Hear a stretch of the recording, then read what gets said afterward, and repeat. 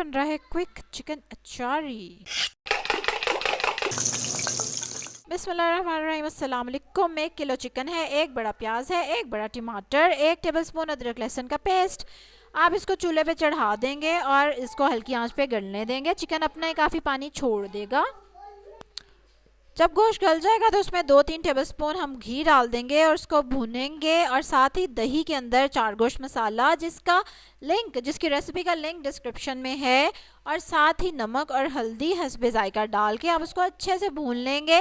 हरी मिर्चों में आप यही मसाला भर के दम भी लगा सकते हैं, या जैसे मैंने डाली ऐसे भी डाल सकते हैं। मिनटों मिनटी काम चलाने के लिए आपका मज़ेदार अचारी चिकन रेडी है।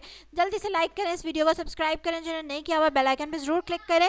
ज़रूर आप कमेंट में शेयर करें कि आपका अचार गोश्त कैसा बनता है, कितना मज़े का बनता है, क्या ख़ास मसाला आप उसमें ज़रूर डालते हैं। कल एक और ज़बरदस्त रेसिपी के साथ आपसे मुलाकात होगी। तब तक के लिए अल्लाह हाफ़िज़।